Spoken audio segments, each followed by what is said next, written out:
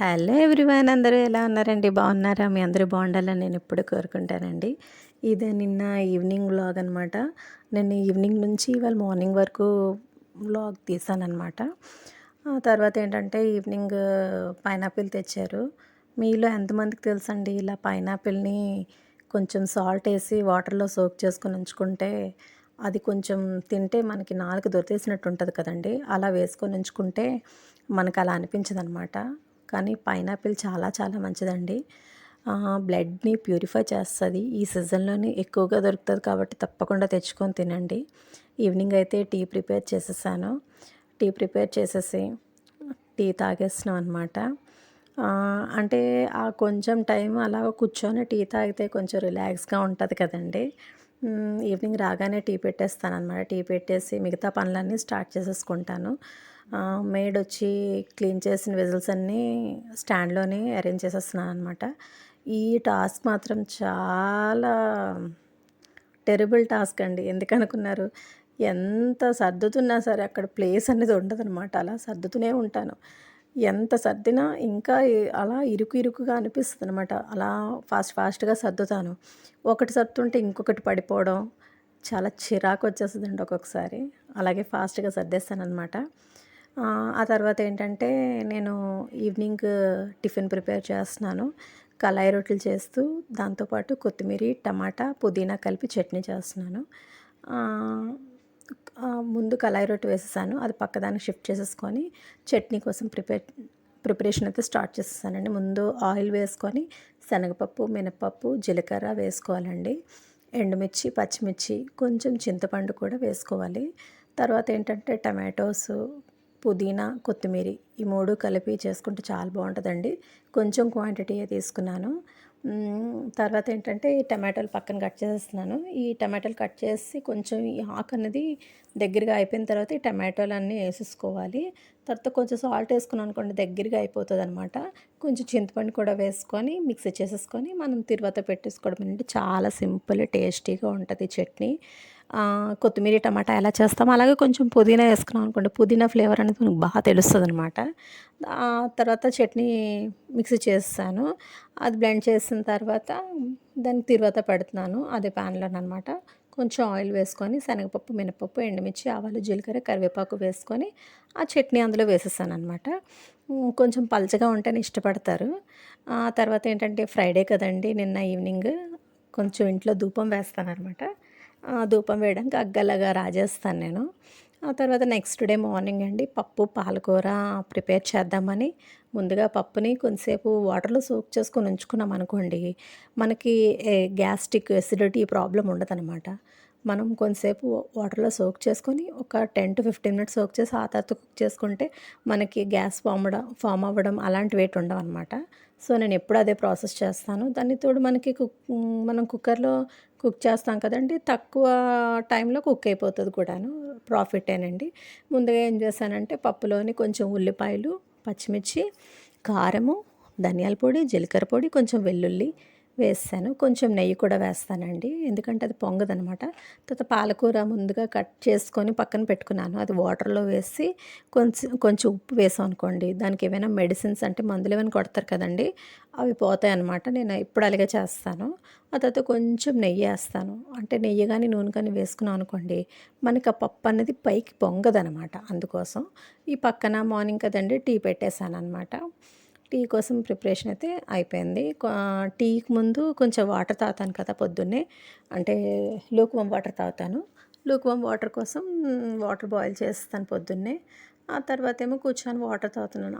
కూర్చోవడమేనండి. ఆ తర్వాత మరి ఇంకా వెళ్ళేంత వరకు అసలు కూర్చోవడమే ఉండదండి. ఎందుకంటే కంటిన్యూస్ మెషిన్లో వర్క్ చేస్తూనే ఉండాలి. ఈలోపు దేవుడి పాటలు పెట్టుకుందాం కదా అనేసి టీవీ ఆన్ చేశాను. అంటే మార్నింగే చక్కగా దేవుడి పాటలు వింటూ డే అనేది స్టార్ట్ చేస్తే చాలా చాలా బాగుంటుంది కదండి. నాకైతే చాలా ఇష్టం. ఆ తర్వాత ఏంటంటే దాంతోపాటు పప్పు, పాలకూరతో పాటు నేను కాకరకాయ ఫ్రై కూడా చేస్తున్నానండి. యాక్చువల్గా గోంగూర పప్పు చేద్దాం అనుకున్నాను, కానీ సడన్గా ప్లాన్ మార్చేసి పప్పు, పాలకూర చేసేసాను. ఇదేమో కాకరకాయ ఫ్రై కొంచెమే చేస్తున్నానండి, ఎక్కువ చేయట్లేదు. ముందుగా ఉల్లిపాయలు, ఎండుమిర్చి, పచ్చిమిర్చి, ఆవాలు, జీలకర్ర, శనగపప్పు, మినపప్పు, కరివేపాకు అంతా మంచిగా వేగిపోయిన తర్వాత కాకరకాయ వేసుకొని ఉప్పు, కారం, పసుపు వేసేసుకోవడమే. అలా సిమ్ చేసుకొని మనం ఫ్రై చేసేసుకోవడమేనండి. చాలా సింపుల్. కాకరకాయ కూడా చాలా మంచిది కదండి.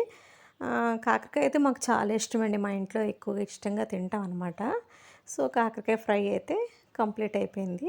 ఈలోపేమో పప్పు పక్కన బాయిల్ చేస్తున్నాను కదండీ! అది ఇవాళ చాలా ఇబ్బంది పెట్టిందండి.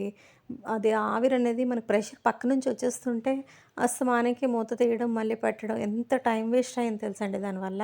ఒక్కొక్కసారి మనం ఎప్పుడైతే కంగారుగా చేద్దాం అనుకుంటామో అప్పుడే ఇలాంటివన్నీ జరుగుతాయన్నమాట. తర్వాత నిన్న చేశాను కదండీ! రుబ్బుంది. తర్వాత అట్లు పోసేస్తున్నాను టిఫిన్‌కి మార్నింగ్ బ్రేక్‌ఫాస్ట్‌కి. చట్నీ ఏమి వద్దు, ఆవకాయ ఉంది కదా! వేసుకొని తినవచ్చన్నారు. సో అందువల్ల నేను చట్నీ ఏం ప్రిపేర్ చేయలేదు.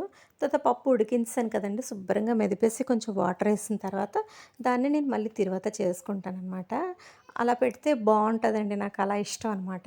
టేస్ట్ బావుంటది. కొంచెం ఆయిల్ వేసుకున్నాను. ఆయిల్ కాకపోయినా ఘీతో కూడా మీరు తిరువాత పెట్టుకోండి. చాలా టేస్టీగా ఉంటదండి. ఎప్పుడైనా ట్రై చేయండి. అంటే మళ్ళీ ఎక్స్ట్రా మనం ఘీ వేసుకోకుండా ఆయిల్ వేసుకున్నాను. ఇంకో పక్కనేమో అట్లు వేస్తున్నాననమాట. అస్తమానికి ప్యాన్ తుడుస్తాను. ఎందుకంటే టిష్యూతోటి తుడిచేసామనుకోండి, ఏవైనా డస్ట్ ఉన్నా మొత్తం అన్నీ పోతాయి కదా! అందుకని అటుపక్క తుడుచుకుంటూ, ఇటుపక్కేమో తిరువాత పెడుతున్నాను. ఆయిల్ వేసుకొని వెల్లుల్లి దంచేసి వేసేసాను. తర్వాత ఎండుమిర్చి కూడా వేసేసాను. ఆవాలు, జీలకర్ర, కరివేపాకు వేసి ఇప్పుడు తిరువాతలోని పప్పేసేసుకొని కొంచెం సాల్ట్ ఏసేసుకోవడమేనండి. మరి నేను చింతపండు పుల్ల అదేం వేయట్లేదు. జస్ట్ సింపుల్‌గానే చేసేస్తున్నాను. అంటే మార్నింగ్ చాలా బిజీగా ఉంటది కదండీ! ఎంత ఫాస్ట్‌గా పనైపోతుందా అనేసి త్వరగా చేసేస్తాననమాట. ఈలోపే చాకలతను రావడం, అతనికి బట్టలివ్వడం ఇవన్నీ జరిగాయి. అన్ని పూజ అంతా ఫినిష్ చేసుకొని ఇవాళ సాటర్డే కదండీ! వెంకటేశ్వర స్వామి తండ్రి గుడికి వెళ్ళాను. ఆ పక్కనే లక్ష్మీదేవి తల్లి చూడండి ఇవాళ ఎంత అలంకరించారోనండి తండ్రికి. చక్కగా తులసి తర్వాత ఎవరో రుద్రజంట మాల వేశారండి. ఎంత అందంగా ఉందో తెలుసండి. ఆ తండ్రికి వేశారు మాల అయితే మాత్రం. ఆ తర్వాతేమో లక్ష్మీదేవి తల్లికి తీశాను, కొంచెం వీడియో తీశాను. ఆ తర్వాత విష్ణుమూర్తి, తర్వాత ఇక్కడ గోదాదేవి తల్లి. మీకెప్పుడు గుడి చూపించలేదు కదా! మొత్తం అందుకే తీశాననమాట. ఆ తర్వాత ఇక్కడ ధ్వజస్తంభం కొత్తగా పెట్టారండి. అక్కడ ప్రసాదం ఇస్తారనమాట. గుడికి వెళ్ళామనుకోండి, ఆ రోజంతా ఒక పాజిటివ్ వైబ్‌లా ఉంటదండి. ఎంత అనిపిస్తదో. చక్కగా గుడికి వెళ్ళి మళ్ళీ రిటర్న్ అయిపోతున్నాను. ఇంటికొచ్చేస్తున్నాను. ఆ తర్వాత ఇదేంటంటే మా మమ్మీ వాళ్ళ ఇంటి దగ్గరండి పక్షులు ఏసీ అవుట్‌లెట్ దగ్గర గూడు కడతాయండి. ఎప్పుడూ చక్కగా పెడతాయి తెలుసా అండి. మా మమ్మీ వాటికి ఫుడ్ పెట్టడం, మా మమ్మీ, డ్యాడీ చాలా కేర్‌ఫుల్‌గా చూసుకుంటారు. అక్కడ బట్టలవి ఆరేయరనమాట. భయపడతారు వాటికి ఏవైనా మనం హార్మ్ చేసేస్తామేమో, మనల్ని చూసి భయపడిపోతాయి ఏటని వాటికి ఫుడ్ పెట్టడం, ఇవన్నీ చేస్తారు. డ్యాడీ ఏమో వీడియో తీశారు. చూసారా పక్షులు చిన్నవి మీకు కనిపిస్తున్నాయా? ఎంత బుజ్జిగా ఉన్నాయి చూడండి. ఎక్కడి నుంచో తెచ్చుకొని ఇక్కడ గూడు కట్టుకున్నాయన్నమాట. వాటికి చక్కగా పెట్టుకొని గుడ్లవి పెడతాయన్నమాట అక్కడ. వాటి పిల్లలవి వచ్చేసిన తర్వాత వాటి మనన అవి వెళ్ళిపోతాయి కదండీ! సో, అందుకని డ్యాడీ వాళ్ళు దాన్ని అసలు టచ్ చేయరనమాట. డ్యాడీ అంతా క్యాప్చర్ చేశారు, నాకు పంపించారు. చాలా బావుంది కదండీ! క్యూట్‌గా చిన్న చిన్న పక్షులండి. ఎంత చిన్న పక్షులో. అవుట్‌లెట్ వెనకాతల చూడండి మీకు వెంకటేశ్వర స్వామి తండ్రి గుడి కనిపిస్తుంది. డ్యాడీ వాళ్ళ ఇంటి నుంచి గుడి మూల విరాట్ కనిపిస్తారనమాట. 2 బెడ్‌రూమ్స్ నుంచి అంటే ఇటుపక్క బెడ్‌రూమ్, అటుపక్క బెడ్‌రూమ్ 2 బెడ్‌రూమ్‌ల నుంచి మనం విండోలోంచి చూసామనుకోండి మూల విరాట్ మనకు దర్శనమేనండి. పొద్దున్న లేవగానే చక్కగా మమ్మీ వాళ్ళకి మాత్రం మంచిగా దేవుడు సన్నిధానంలో ఉన్నట్టే ఉంటదండి నిజంగా. ఆ మంత్రాలు, ఆ పూజలు రోజు దర్శించుకోవచ్చు. ప్రత్యేకించి గుడికే వెళ్ళాలని ఏం లేదండి. వాళ్ళ ఇంట్లోంచి కూడా దర్శించుకోవచ్చు. కానీ డ్యాడీ మాత్రం రోజు మస్ట్ అండ్ షుడ్‌గా వెంకటేశ్వర స్వామి తండ్రి గుడికి వెళ్తారండి. డైలీ వెళ్తారు కంపల్సరీగాను. వెళ్ళి బొట్టు పెట్టుకుంటారక్కడ. తర్వాత ఏంటంటే ఎప్పుడు తిరుపతి వెళ్ళినా ఆ గుడికి బొట్ల కోసం మాత్రం ముందు వెళ్ళి తెచ్చేస్తారండి. అంటే డైలీ అందరూ పెట్టుకుంటారు కదా! డ్యాడీయే తీసుకెళ్ళి ఇస్తారనమాట గుడికి. బొట్లు పెట్టుకుంటారు కదా, మనం కొనేసిస్తే మంచిది కదా అని డాడీకి ఒక నమ్మకం అనమాట. డాడీ ఎప్పుడు తిరుపతి వెళ్ళినా ఇన్నిన్ని తెచ్చేస్తారు, తెచ్చేసి గుడిలో పెట్టమని చెప్తారనమాట. అగ చూసారా గూడు కట్టింది అక్కడ. ఎంత బాగుంది తెలుసండి, చిన్నగా క్యూట్గా పక్షులు మీకు కనిపిస్తున్నాయో లేదో చూడండి, ఎంత చిన్న చిన్నగా పక్షులు క్యూట్గా ఉన్నాయండి. 2 మాత్రం నాకు కనిపించాయి. అవి అలా జాగ్రత్తగా ఎంత కష్టపడి ఇప్పుడు ఇల్లు కట్టుకున్నట్టే కదండి అవి కూడాను ఒక నివాసాన్ని ఏర్పాటు చేసుకుంటున్నాయి అన్నమాట. ఏసీ అవుట్లెట్ దగ్గర పెట్టాయి. డాడీ దాన్ని క్యాప్చర్ చేసి నాకు పంపించారనమాట. చాలా బాగుంది కదండి, ఎంత క్యూట్గా బుజ్జి బుజ్జిగా ఉన్నాయో, ఎంత బాగున్నాయో. ఆహా! తర్వాత మా చెల్లి వాళ్ళ ఇంటి దగ్గర కూడా అలాగే పెడతాదండి. పక్షులు గూడు కడతాయన్నమాట. మరి మాకు అలా జరగదు గానీ, వాళ్ళకి మాత్రం భలే పెడుతున్నాయి. కానీ యాక్చువల్‌గా పక్షులు ఇలాగా గూడు కడితే చాలా మంచిదటండి. చాలా అంటే చాలా మంచిదని నేను విన్నాను. మరి అది ఎంతవరకు నిజమో నాకు తెలీదు. చూసారా క్యూట్‌గా గూడు కట్టేసాయి అక్కడ. నా వీడియోస్ కనుక మీరు కొత్తగా చూసినట్టయితే నా ఛానల్‌ని సబ్స్క్రైబ్ చేసుకోండి. పక్కనున్న బెల్ ఐకాన్‌ని ప్రెస్ చేశారనుకోండి, నా వీడియోస్ నేను పెట్టగానే మీకు నోటిఫికేషన్‌గా వస్తాయన్నమాట. తర్వాత మీరేంటంటే లైక్ చేయండి. నా వీడియోస్ అన్నిటి నేను స్కిప్ చేయకుండా వీడియో మొత్తం చూడండి. అంటే ఇన్ఫర్మేటివ్‌గా కాకపోయినా నార్మల్‌గా నా డైలీ రొటీన్ అనేది మీతో షేర్ చేసుకుంటున్నాను. సో, నా వీడియోస్ గనుక మీకు నచ్చినట్టయితే లైక్ చేయండి, షేర్ చేయండి, సబ్స్క్రైబ్ చేయండి. మీ ఫ్రెండ్స్ అండ్ ఫ్యామిలీ మెంబర్స్‌కి కూడా షేర్ చేయండి. Bye friends. Take care. See you in the next vlog.